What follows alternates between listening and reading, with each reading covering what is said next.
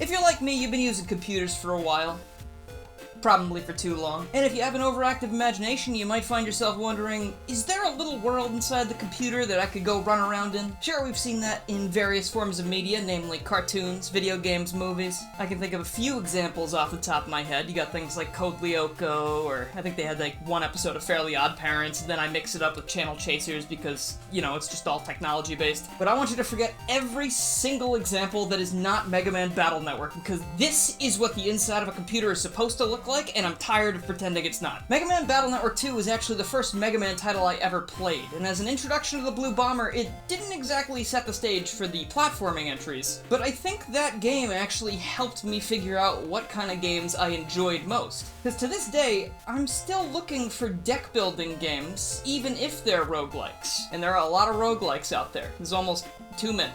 All I know is when I had this game back when I was a kid, I was glued to my GBA every single chance I could possibly get, because something about the characters and mechanics in this game really resonated with me to the point where I am still obsessed with these entries even now. We're talking like a 22-year time gap at least. Yeah, I would have been like 6 years old, I think. Sorry, I just had to do math on my fingers because I'm the worst. Maybe it was the allure of building my own deck and wiping out all the enemies on the battlefield. Or maybe it was exploring the expansive cyber world in each entry that kept me coming back, because they had more secrets to find than an Easter egg store. Let me tell you, these games really do the name World Wide Web justice. But let's say you don't know anything about Mega Man Battle Network or Mega Man as a whole. Is this game still a good fit for you? Well, I may be a little biased, but I did just tell you I started the entire Mega Man franchise with Battle Network 2. So I'm gonna say yes, this is a good fit for you, and you're gonna have to accept that. Today I'm gonna give you a rundown on the entire Mega Man Battle Network series so you can start the collection off wherever you want. That's right, you don't need to play them in order because the stories hardly overlap, and there are just a couple recurring characters that I will enlighten you about here today. And the best part of this is I'm not gonna spoil anything for you because I don't want you to miss out on the spectacle these games provide. So make like me back in math class and shut your eyes, those numbers mean nothing. And last thing before we start, I need to give a huge thank you to Capcom for both sending me a review code for the collection and also sponsoring this video, allowing me to talk about one of my favorite things in the entire world. This honestly feels like a dream to be doing this in like an official capacity, and my kid self would be absolutely losing his mind. And if you're interested in the Battle Network collection after you watch this video, please check out the description for my Nexus link where you can purchase the game on Steam. This is a way that you can support the channel if you enjoyed the video and just my content in general, and that comes at no extra cost to you, aside from, you know, purchasing the game, of course. If you're familiar with the classic Mega Man series and his multiple successors from over the years, you can throw out that information at least partially, because this entire series takes place in an alternate universe. The key player of the original series, Dr. Light, who created both Mega Man Roll and Proto Man, which is 3 people, so it's not both. Yeah, that guy had a little bit of a change of heart in this timeline, because instead of putting his entire life into studying robotics and creating the most sophisticated robots known to man, he instead decides, hey, the internet's kinda cool, why don't I focus on that? This small change in college major for Dr. Light births a technological civilization unlike we've ever seen before, where people carry around these little devices in their pockets that can make calls and send emails. But that's not even the most exciting part, because inside each one of these devices is something called a NetNavi. These AI programs can help humans with things as small as setting an alarm to wake up in the morning, or operating heavy machinery with no human intervention whatsoever. The entire world is connected by a super advanced form of the internet, which operators, the humans, can send their NetNavis into to explore the region and talk with other people, complete jobs,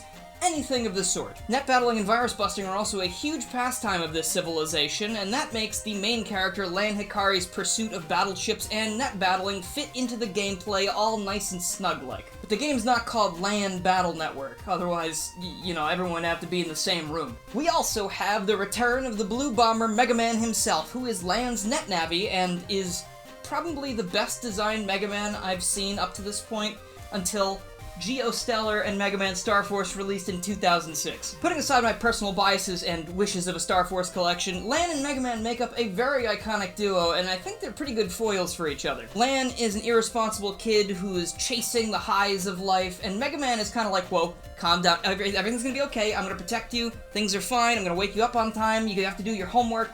But, you know, like, at the end of the day, they both kind of have the same interests. Mega Man likes to fight in net battles, he likes virus busting, and above all else, he loves Lan and his family.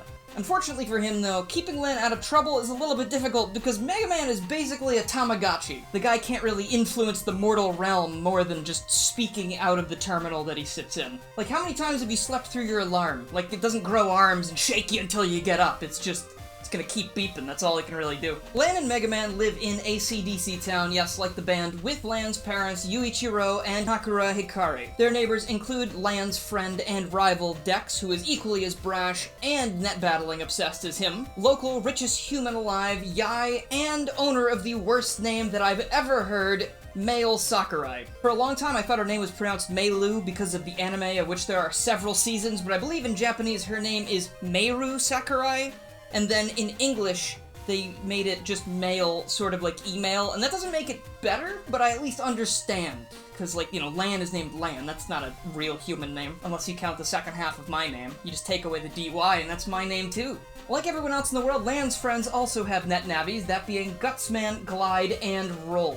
And as you can see, just like with Mega Man, most of these characters are based on classic Mega Man characters, aside from Glide and Colonel, who are based on characters from a bit farther down the timeline. I recorded a lot of footage of me just running around AC/DC Town, listening to the music in each entry, because AC/DC Town is one of those places in gaming where I really feel like I'm home. The song is so carefree and upbeat, it's like plays in my head all the time when I'm walking around in real life. I just feel safe here. Even when the town shrinks a little bit once you get to Volume 2, it still feels like home, and I don't think that'll ever stop. But enough gawking at perfection, now we need to talk about virus busting. This is the main gameplay of this series. This is not a platformer, this is a spin-off of a platformer that also has platforming spin-offs of itself that are not in the collection, but you know, look into those another time, I guess. When you get into an encounter, Mega Man is placed on a 3x3 grid where he's able to move around freely, and the enemy also has the same thing on the other side. Before combat begins, you are sent to the custom screen where Lan has to send battle chip data to Mega Man. And once you're done setting that up, you're able to send the chips to Mega Man and then move around this grid and dodge attacks while also counter-attacking and trying to take out the enemy before they get you. When you're in the custom screen, you will not be harmed whatsoever.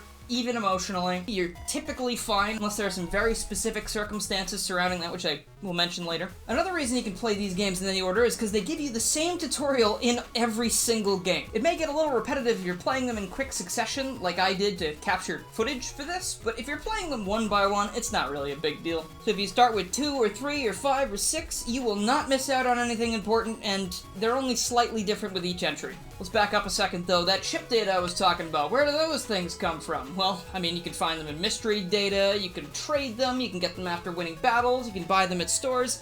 Lan finds these things on the ground, in garbage cans, under dinner plates. He's like the luckiest guy in the world when it comes to net battling. Each chip has a letter code associated with it that goes from A to Z. Chips with the same letter code can be selected together on the battle screen, as well as chips that are exactly the same. So you can select 2 cannons, no matter what the letter codes are, or you can select a cannon and a sword, for example, if they're both S code. With all 10 games containing different chips and different strategies, the deck building possibilities in this series are astronomical, and I need to express to you that the footage you're seeing on screen right now is nowhere even close as to how crazy this game can get. The stuff you're seeing here is me rushing to record 10, 20+ hour games, so obviously I don't have late game footage for you right now, but if you come watch me stream the games over my streaming channel, I'm gonna be fighting a lot of you guys online and also just showing off the stuff I've collected, so where are you at?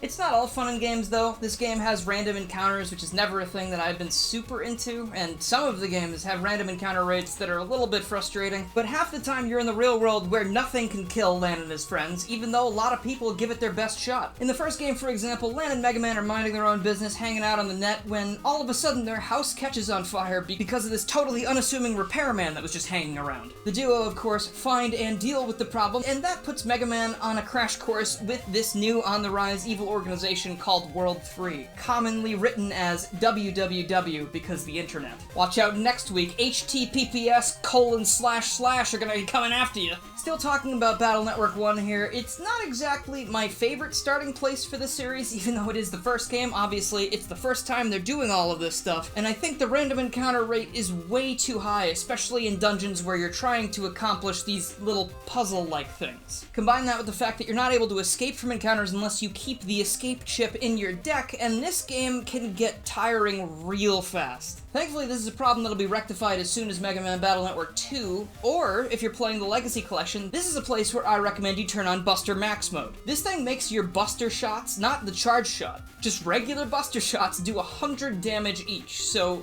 really helps with enemy control if you're like getting sick of random encounters. And the best part about it is you can toggle this on and off whenever you want, it doesn't matter what you're doing. All you gotta do is press the console specific button that opens the Legacy Collection menu, and you can turn on Buster Max mode or turn it off in the middle of a cutscene, in the middle of a battle, in your chip folder, while you're doing your taxes. It doesn't matter. So that's one way you can make Battle Network 1 a little bit more tolerable, and you know, I'm speaking about it like it's not worth playing. That's not true. Battle Network 1 is the start of something really amazing, and if you really want to see where these games got their original foothold, it's worth trying out even if you don't complete it. Now, to go along with my whole thing where I'm not going to be spoiling the overarching plots of these games, I'm going to give you a synopsis, and then I'm going to tell you what these games bring to the table compared to the other entries. Battle Network 2, the game I started with, I don't have a lot to say about this game because it's basically Battle Network 1 again with a lot of refinements. Other than that, the story is basically the same. It's just a new evil organization called Gospel shows up. It's not World 3 anymore because they're toast. Never coming back. And from there, it's just regular Mega Man Battle Network shenanigans. Some evil guy shows up with Net Navi Boss of the Week. Mega Man and Lan have to go through a dungeon, stop them, and save the day. Mega Man Battle Network 3 is where things start getting really spicy. A lot of people recognize Battle Network 3 as the best game in the franchise, and I see why, because it has a lot of the more modern fixes that they've implemented, and it just takes things to a whole nother level. I think the story is even better in this one. It has like a lot of fun twists, good writing, stuff like that. It also introduces my favorite feature of the series called the Navi Customizer. Once you have access to the Customizer, Mega Man's able to purchase programs or find them around the net to add to this little grid, which will give him new abilities. This can be stuff like extra health, extra power for the Buster, surviving a lethal hit with 1 damage left, ignoring hazardous panels with either Float Shoe or Air Shoe. I don't remember which one is the one that's actually the good one. This might sound like a pretty good deal, but there are a lot of rules you gotta follow, or else it can result in some bad tidings for our favorite blue boy. You see, you have these solid color programs that need to go into the command line, or else they won't do anything. You have these plus programs with this little pattern in them that have to go above or below. They cannot touch this line. Don't do it. If the programs start peeking into no man's land off of the grid, that's bad. And also, if you add more than 4 colors to the grid, that is another thing that can result in bugs. Thankfully, it's not like centipedes or anything, it's just like computer bugs. This introduces a whole new risk and reward system because bugs can be as nonsensical as when you use a charge shot, nothing happens, to the devastating, your health will just drop anytime you're in battle. Like, it'll go 1 by 1 and you'll just see it decreasing to nothing. This can also happen on the custom screen too later on, so it's like, it kind of adds this thing, like, if you're willing to put up with that danger and you can pick your chips quickly, that might not matter. Tangentially related to bugs, the first 3 games have this thing called Style Change, where Mega Man can...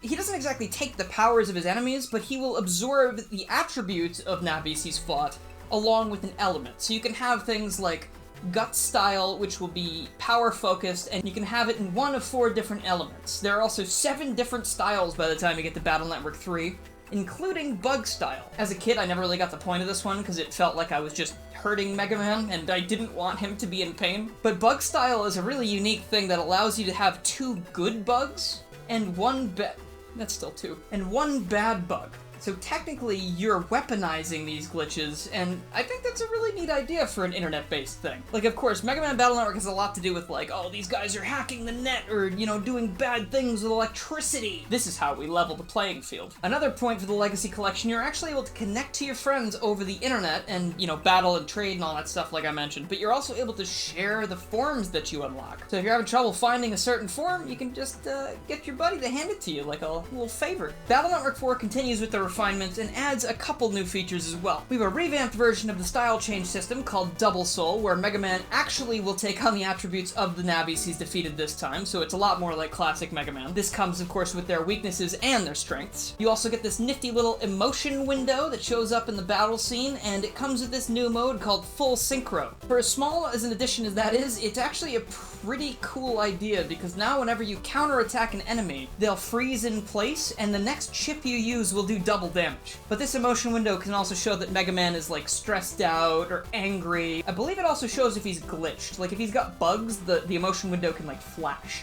Might flash between anger and sadness. He's like a real person now. Battle Network 4 also introduces dark chips. These are chips that are insanely powerful, that are usually obtained through sketchy means. The more you use dark chips, the more Mega Man will get corrupted. This can result in bugs, and I think every time you use a dark chip, at least in the later games, you'll lose 1 health point permanently. And I know that doesn't sound like a lot, but with random encounters and boss fights and the deck getting shuffled in randomly, maybe the Dark Sword is the best choice you got, and use that 100 times and that's like 4 HP memories you just flushed away. Now, I've been waiting a long time to get to Battle Network 5. This one is my personal favorite, and it's the one I could talk about forever, so I'm gonna have to rein this in a little bit. Much like the other games, we have another evil organization to tackle, but this time it's personal. Lan and his friends are invited to Scilab by Lan's father, who is like the head scientist there. He's a big deal. And through sheer coincidence, Lan just so happens to be out of view when a smoke bomb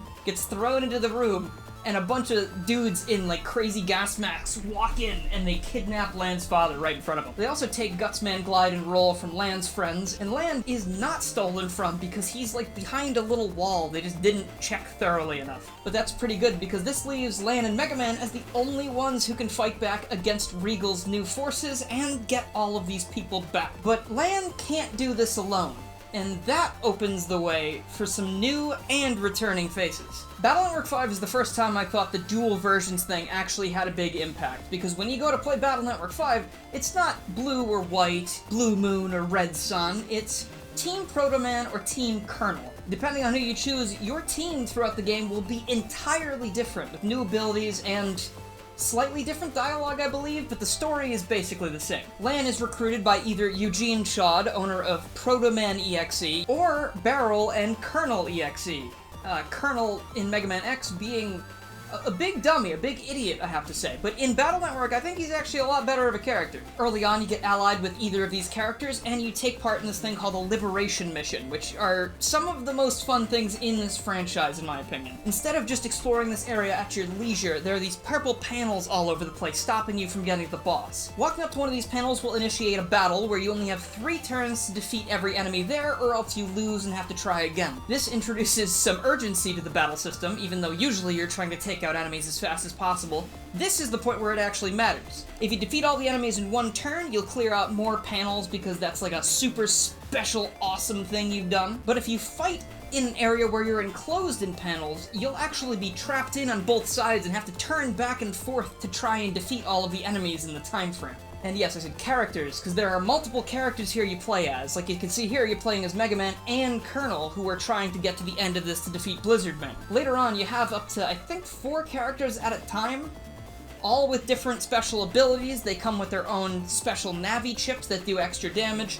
It is such a cool time, and playing through both versions has a lot of impact because the characters are so different that it feels different to play. The only thing I miss here with the Legacy Collection is that there is a DS version of Mega Man Battle Network 5 called Double Team DS. It includes both of the GBA games on 1 cartridge, and it also offers a whole bunch of new features, like Mega Man on the bottom screen will talk to you if you tap him, and he has the same voice actor that he does in the Legacy Collection menu, and the anime. The music's been completely redone for the DS, but you know, like, that's a preference thing. I love GBA music, but the DS music sounds really good too.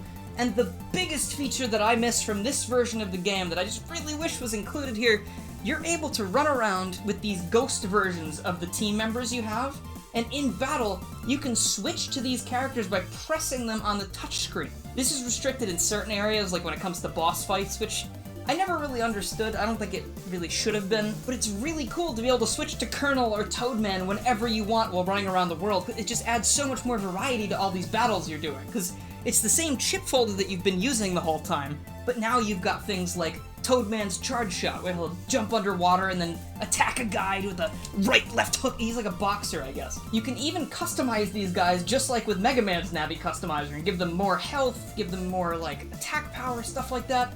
I would have loved to see that feature return, and since in the Legacy Collection for Zero and ZX, they were DS games. So I think that could have been done as like a bonus, maybe? But that's okay. I still have the game, as you can see, so I can just play this whenever I want. Battle Network 1 also had a DS version that had a crossover with Mega Man Star Force, And that is another missed opportunity, but I understand because it was never localized to English, so that would have been a huge undertaking to put on this collection. There is some artwork from that crossover, though. If you look on the original Battle Network Legacy Collection, you can see all of this artwork of Mega Man and Geo together, and it just makes my heart soar. And finally, we've reached the end of the road with Mega Man Battle Network 6, either Cybeast Gregor or Cybeast Falzar. I'm usually on Team Falzar here, but Gregor is equally as fun, and I think the forms you get in each game are really fantastic. Again, like in Mega Man Battle Network 5, each version has different characters you can play as, which is something that I really love doing, just seeing what they have you do with each of these new characters. For example, Aquaman, not the one you're thinking of, it's this guy. He's got a mission where you gotta run around the net and collect fish by swimming around because his operator accidentally let all these fish out into the net, and she didn't even think to try and use a fishing net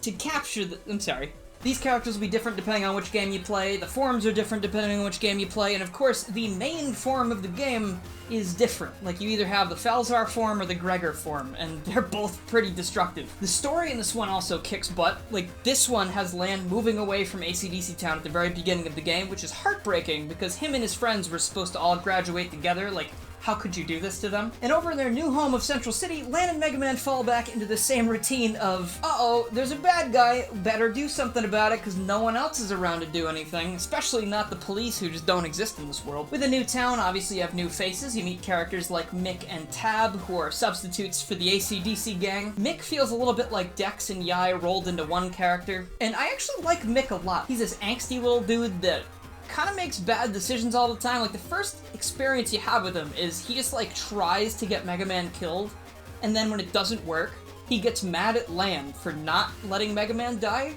and then attacks his entire school with fire-breathing robots because he just feels like he's owed some recompense. Thankfully, as soon as the second dungeon, he has done a 180, and he's no longer, like, evil. He's never really evil, he was just misguided.